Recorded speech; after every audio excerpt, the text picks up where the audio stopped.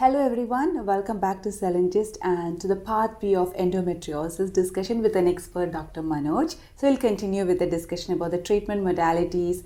What are the treatments given for the endometriosis when it's a mild, moderate or severe?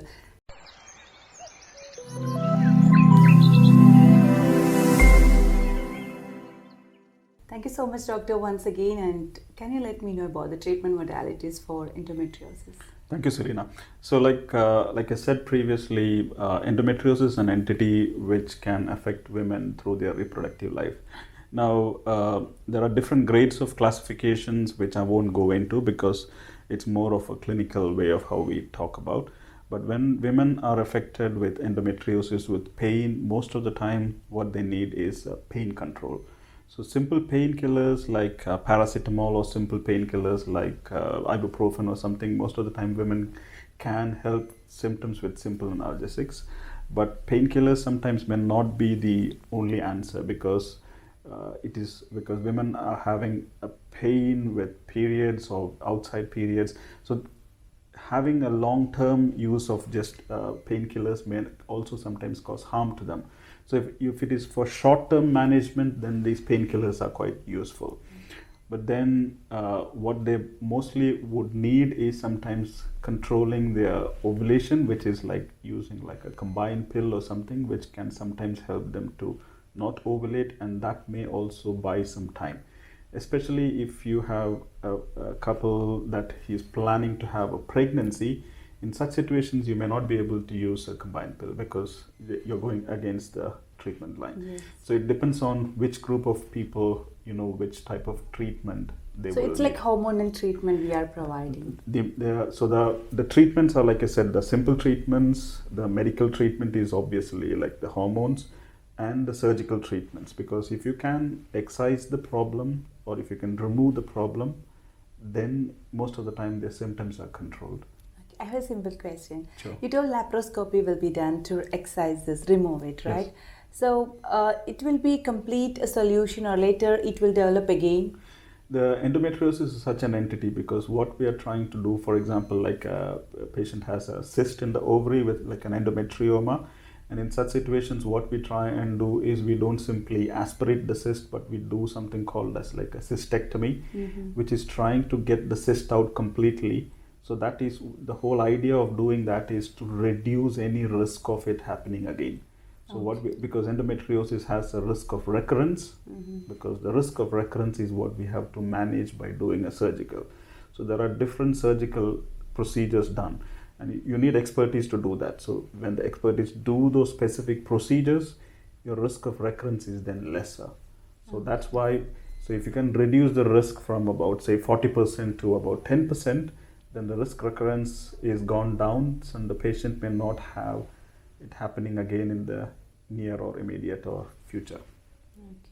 Because in the research I noted that it's 10% of the women may get endometriosis. That's right. So, yeah.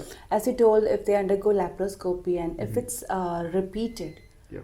If it's come repeated, how percentage it's chance to get it's repeatedly occurring endometriosis even after laparoscopy? Like I said, it depends on the type of procedure done at laparoscopy as well.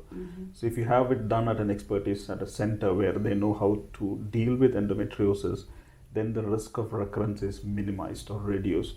But if you just to drain the cyst, it will definitely come back again. The risk of recurrence is much greater in such situations. So doing the correct surgery under the right expertise is quite important. Diagnosing and doing the right surgery is also quite important. Okay. Again, a question like, Sure. If it's not treated, and in the severe case of endometriosis, is there any relation with uterine cancer? As such, the debate for cancer with endometriosis is still ongoing. But as far as currently available, like the ovarian cancer risks related with endometriosis or endometrioma is still not 100% proven. So I wouldn't tell you that if you have an ovarian endometrioma, that is a precursor of future ovarian cancer. Currently, we don't have any evidence on that. So studies are still going on. We cannot confirm. So in the case of the infertility treatment, a woman who is trying to be pregnant and endometriosis is diagnosed, So usually, what is the treatment giving to her? As you told that hormonal treatment cannot be given to her Sure. because it may be against her getting pregnant. So laparoscopy is the solution for them. Yeah, definitely. Because at laparoscopy, what we also do for women who are trying to conceive or having difficulty, we actually check for the tubes are patent, or if the tubes are damaged with the endometriosis with adhesions, then releasing these adhesions might also help to actually because recanalizing or sometimes part of adhesions, the tubes are damaged. In such situations, it might help.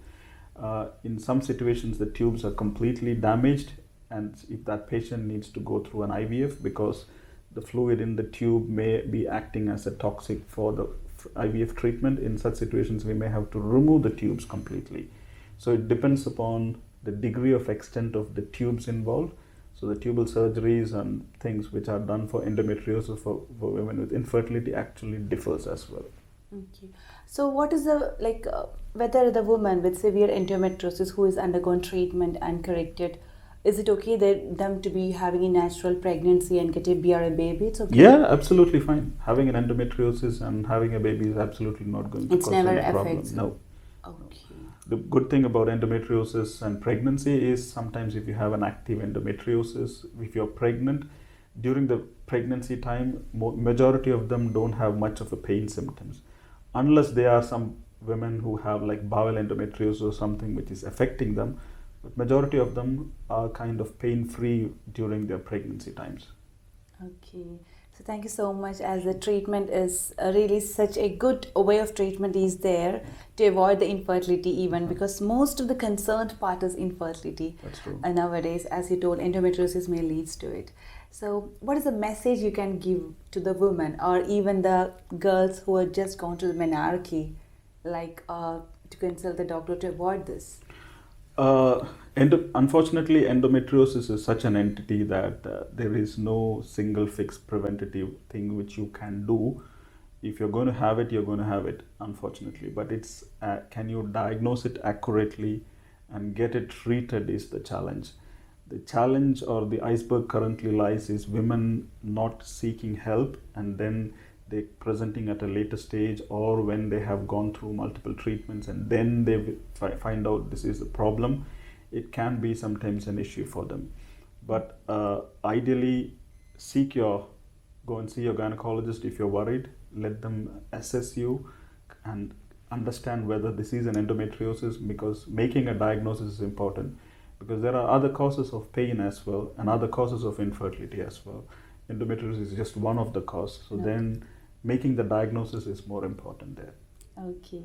Thank you so much. From this, we got an important message that to all women and to men also, to take care of your women. If they have severe pain that lasts for long, not really related to menstruation or ovulation, please consult the doctor and seek the medical advice, go for the diagnosis and treat it as early as possible, because there is no risk factor for this. This is not because of our lifestyle, but we don't know what is the reason, right? That's right. So it cannot be prevented, but we can be treated to the great level. Thank you so much, doctor. Most welcome. Thank you. Yeah. See you next time. Bye bye.